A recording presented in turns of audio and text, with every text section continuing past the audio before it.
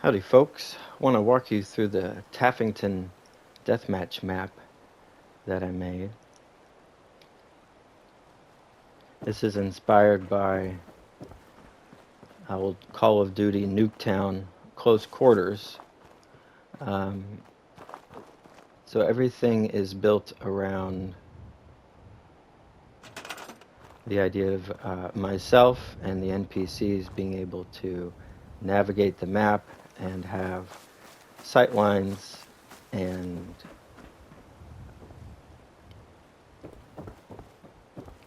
the way that it works is it uses the settlement ambush kit. That's what these flags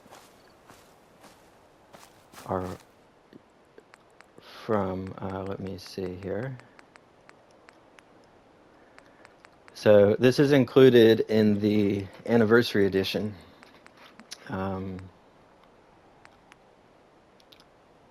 It's the settlement ambush kit, and it's endless waves of enemy attacks.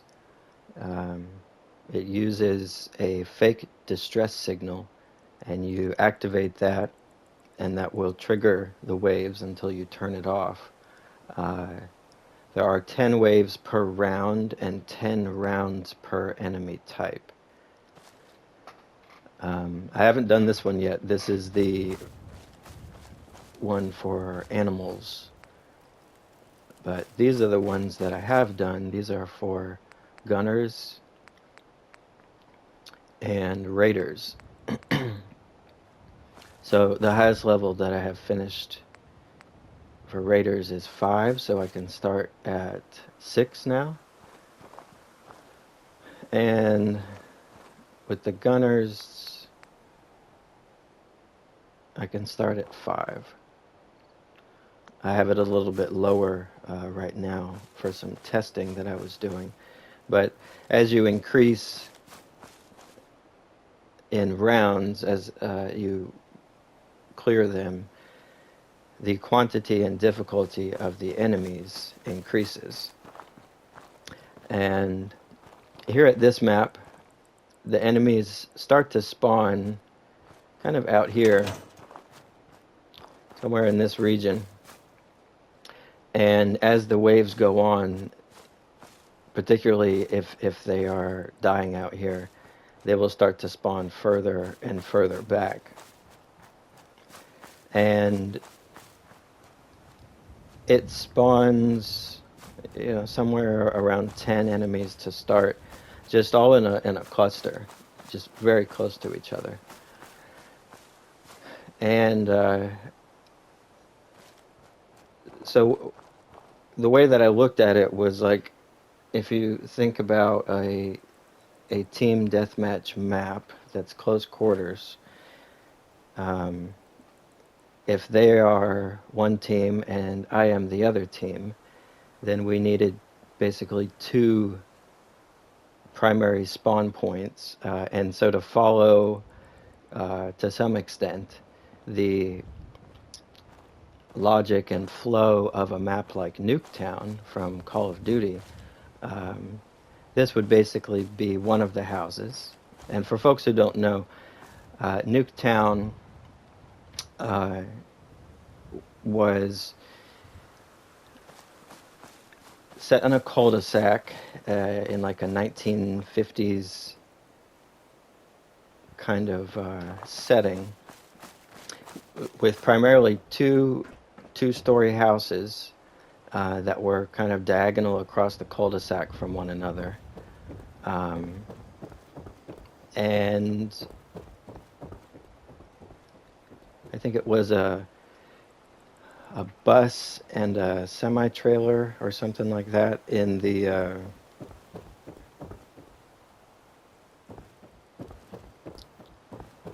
that were parked in the cul-de-sac, again at diagonal angles. Diagonal angles are very important for creating the right combination of sight lines and cover for engagement. So this building here is meant to kind of sit at that angle because obviously I can't build over there past that green line, and it didn't make any sense to build something right there in the street where the enemies are spawning. Um, we'll get to that piece of structure later, but um, yeah, you'll notice here, if you're familiar with Nuketown, that the bottom of this structure resembles basically the flow of the garages in Nuketown, where you kind of had an open side and a cover side, catty corner to another open and cover side. So my spawn point that I would choose usually to get the best engagement in the map is I would start here and I would activate the beacon,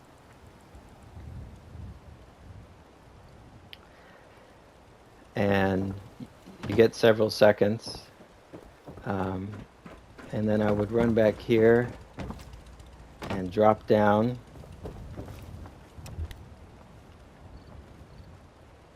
and basically take a defensive position here up in the second story front window.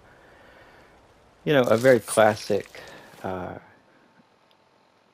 kind of combat scenario, right? You see that in a wide variety of action movies and that kind of thing. Let me get some health here.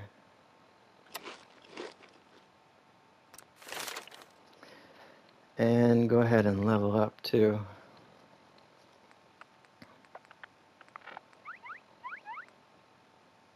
I think this is the highest level that I've been.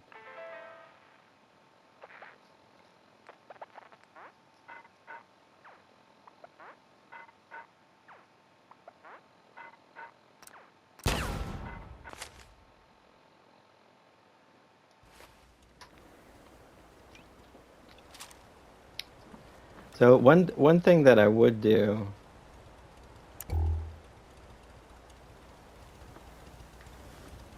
or would like to do in here,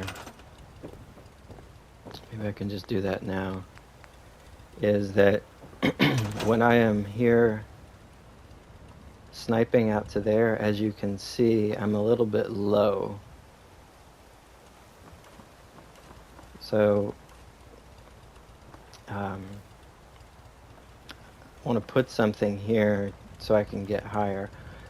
One thought would be this couch, because obviously I can hop up on the couch and get a bit of height, and I might need to go that high, as you can see.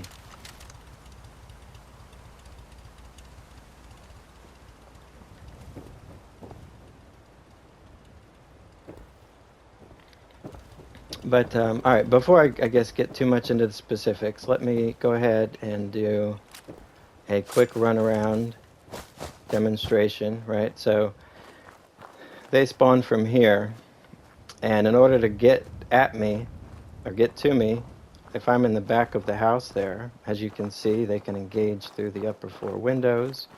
There is a perimeter that they can access. And so they have multiple pathing options, and that was a lot of the design. It took,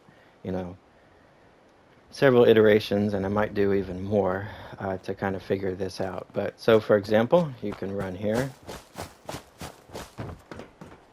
and from here you can now come around the front, and some of them do this. That's where, for example, this person was, and they will just shoot right into those second story windows right there.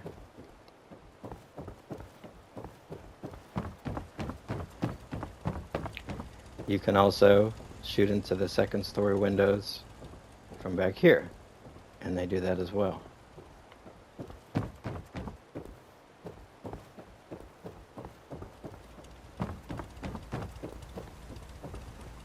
They also come up here, usually not onto the actual roof portion. I try not to ever lead them up here, because if the generator gets damaged, then it deactivates the signal, and the raid stops, and that resets your progress through the round. So if you've done, 5 or 6 or however many of the 10 waves, and the generator dies, then you have to repair the generator and start over. So I try not to fight up here, really, or to be up here, because they will start lobbing explosives at me. But yeah, from up here, of course, I can see all down to the front and attack down to the front and access down to the front. I also have my little drop-down hole here to quickly just jump down after I initiate the round. I can also, quickly get a little bit of action in here, a little bit of a kill box scenario. But again, I need to get out of here before they start shooting explosives up there. Anything that could damage the generator. So yeah, I would usually just jump down here and get down into the front if I'm starting the round. And this is the only little detail, of the build that can be a little tricky, which is jumping through this. There we go. Sometimes it takes a few tries. So anyways, from here I can come down here. And, one thing that I kind of like is that the enemies fall off from time to time too. And so it has myself and the enemies changing level all the time. So if this was a multiplayer map, each of these places would have call-outs, like, the boxcar tower, the boxcar corner or something. So that's what this would be. You've got cover, but I went with the partial cover, partial window on all of these. It's meant to kind of overall look and feel, like a deathmatch map, like we're used to, right? Especially if you have been playing them since the 90s, where it's less concerned with something that looks perfectly realistic and more concerned with cover and sight lines and movement. And little details as well, like you can get back here, or I can get back here. They don't. But this is a beautiful little thing that I can do just to get some cover if I'm getting swamped by 10 or 20 enemies at the same time, and I can kind of get back here and do some work. It's just enough angle. So then if I'm back here, right, I have all these specific angles. I can shoot all the way through.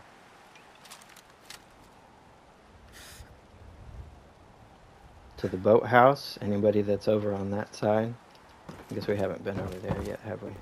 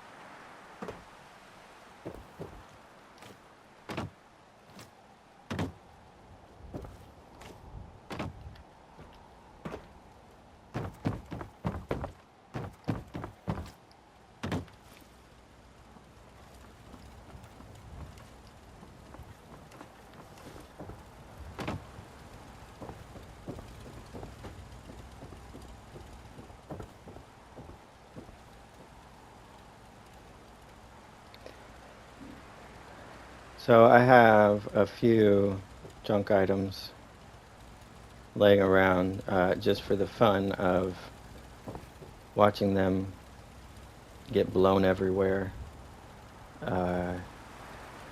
Because myself and the enemies have no regard for the structure or the decorations or anything, and we will fire any sort of explosive ordnance into this place. So that's why it's, you know, it's not decorated like you would expect. It's just supposed to feel, like a shooter map, um, where everything is just very pathable.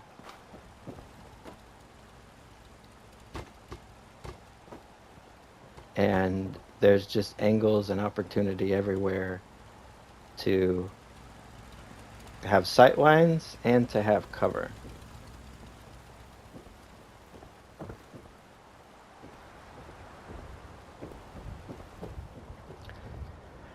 Hopefully one of the things you have been able to notice as well is the distribution of the corpses uh, from my most recent attack. And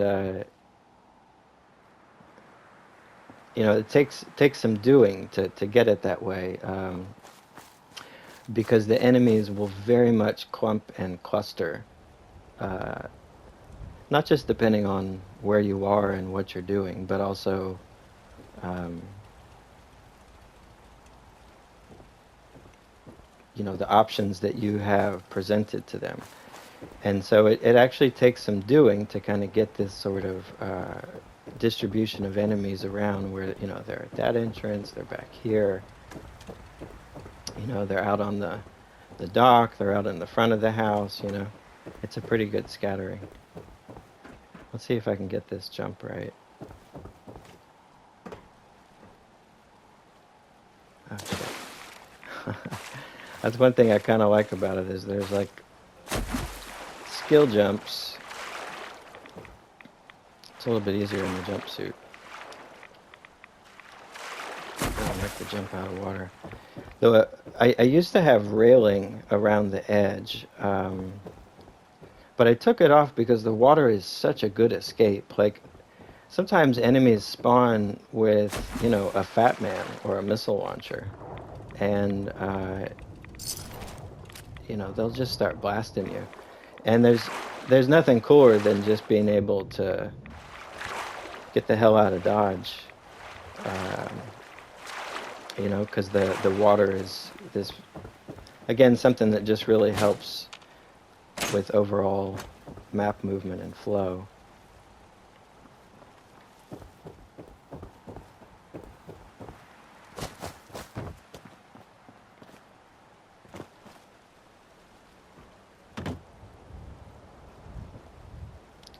Not sure if I can get those any closer. Maybe a rug. But yeah, so to get into some of these specific sight lines, again, with the enemy coming from over there, right? These crates break up the ability to just charge right at me and beeline. Because as we know, the AI can be sort of simplistic, and it's,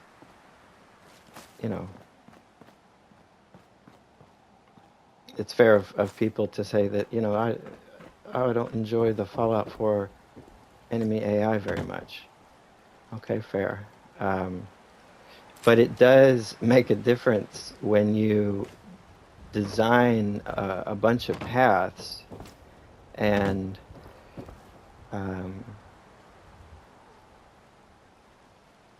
try to kind of optimize, and at the same time turn them into a horde.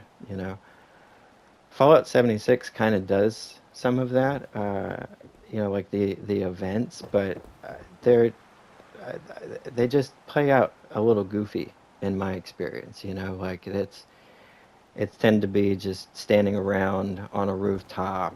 People would just stand here like this, right, and blast the hell out of everybody. And it's just really not as engaging to my mind as, you know, whip out your cutlass and you've got, 20 enemies out there on the other side of that wall, and you're gonna, do some stuff like this.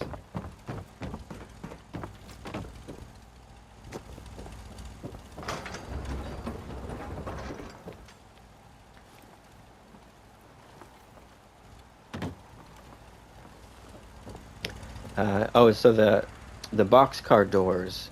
This was a happy accident, to be honest.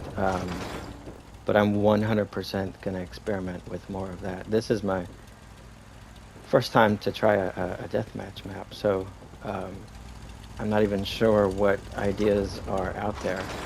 But it's kind of like a little fun house, almost like Hall of Mirrors type effect, because enemies obviously have to come in through this door, or the back door rather, but they have to come up these stairs um, in order to get to me if I'm up here, right? Which obviously their pathing will let them do. They will easily beeline up here. Um, and so it's kind of the most fun to create that scenario, like in an old Western movie or something, where you're up here and you've got a bunch of guys coming at you, guys and gals, I guess, down on the ground floor and out front, and you start by engaging in some, longer distance fire, right? And then you hear them coming up the back stair. So you engage with them here, oftentimes just right there. But, sometimes you'll get 5, 6 people up here. And so over the iterations of this map, what I learned is that, well, 2 things. I learned that if I put good weapons in the workshop, they will take them out and use them against me.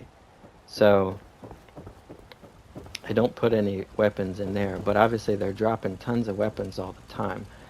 I used to have storage right there, but I came up with this. I came up with this system, which is that all the stuff that they drop, I keep it in here until it, fills up too much, and then I go and sell what I don't want or scrap it or whatever.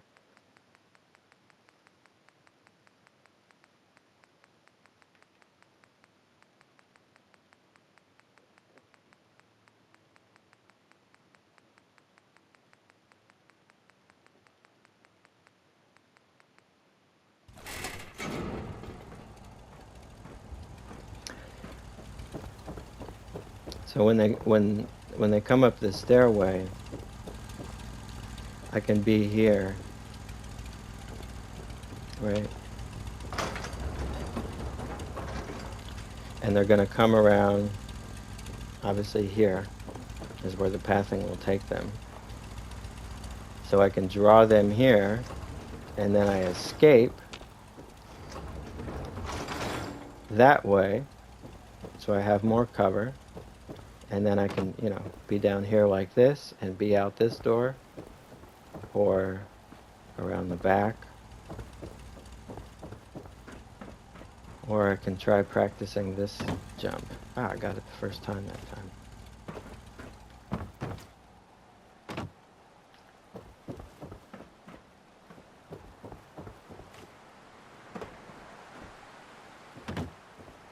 You can't get through here. It's just for shooting.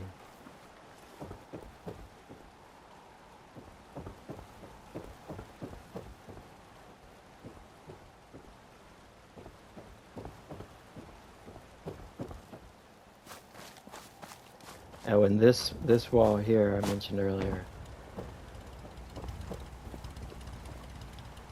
that's for breaking the line of sight out to that area, because I want to aggro them and draw them in. Um, and if they can have a line of sight on me, they like to take cover back there. They're less likely to if they have no line of sight to me.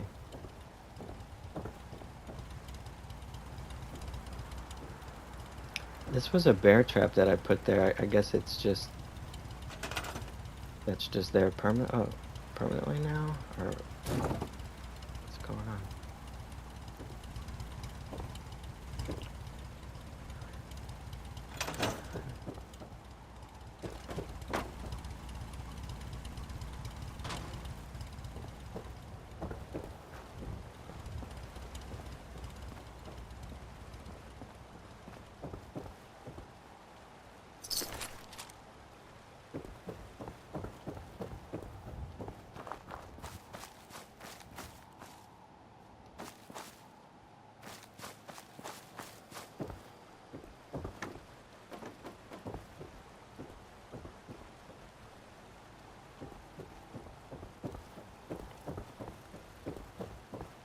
The only place that I will sometimes get an enemy to fall through is right here. Maybe one or two every other round or so. I don't mind it because you really do get overrun in this map. And it helps it feel a little bit like Doom.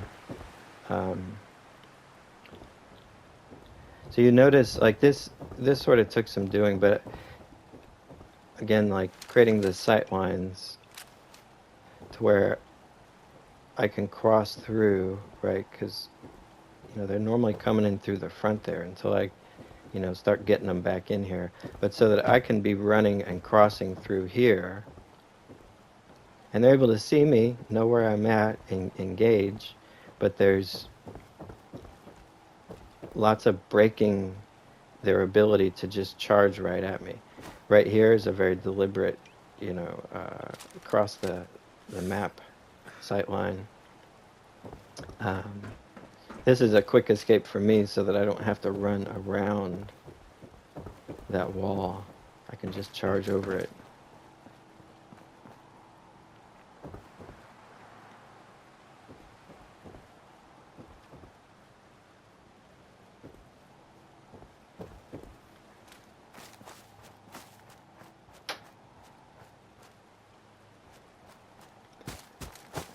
I used to have a bus here in a carport. It was parked like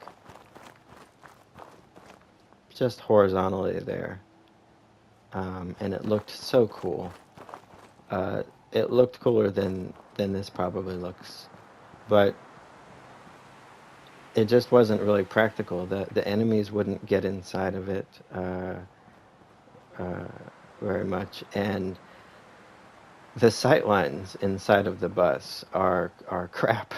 If you've ever tried to shoot from inside of that city bus, when you crouch down, you have a very limited angle, and if you stand up, basically the enemies are just like shooting you in the belly when you can't see them, which is just not what you want. So I think we have probably pretty much covered the basics of the build. The only thing left is to see it in action. I will do a follow-up video where I will go through probably 10 waves, a full round of enemies. One other detail here as well. There's no settlers here. There's no supply line either.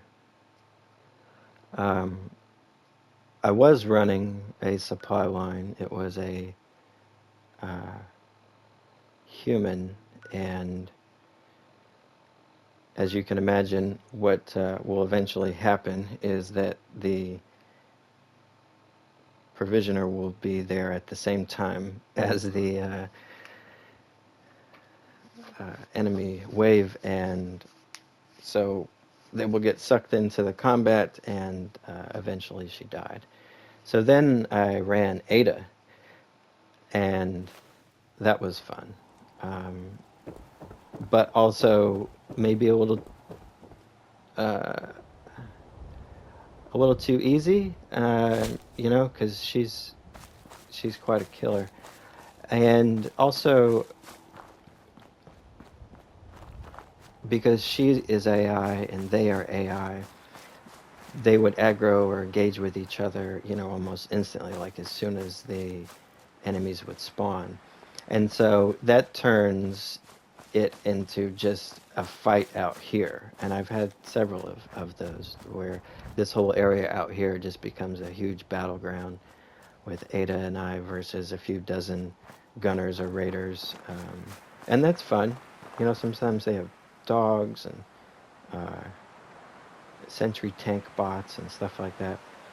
Um, but it's definitely a very different vibe. So I had to disconnect the provisioner and just keep it its own thing. And I don't know. It's a lot of fun. It's a lot of fun. Um, this sign has been through many iterations. I don't know how much I like it right now. It used to be all orange letters, just normal letters, no zero, no exclamation point, with a space between the D and the F. Um, but I just kept tinkering with it, and it is what it is now. Partially because the orange neon lights, I find that their hue changes. So, sometimes it reads more yellow, sometimes more red, um, and it would just really throw me off sometimes. So, I don't know. Lighting is one of those things I think you can really just play with for forever. Um, I should have clarified too that originally this build started out as much more of a how much can I use the pieces from Capital Wasteland. Um, so I used to have the bus and one of those signs.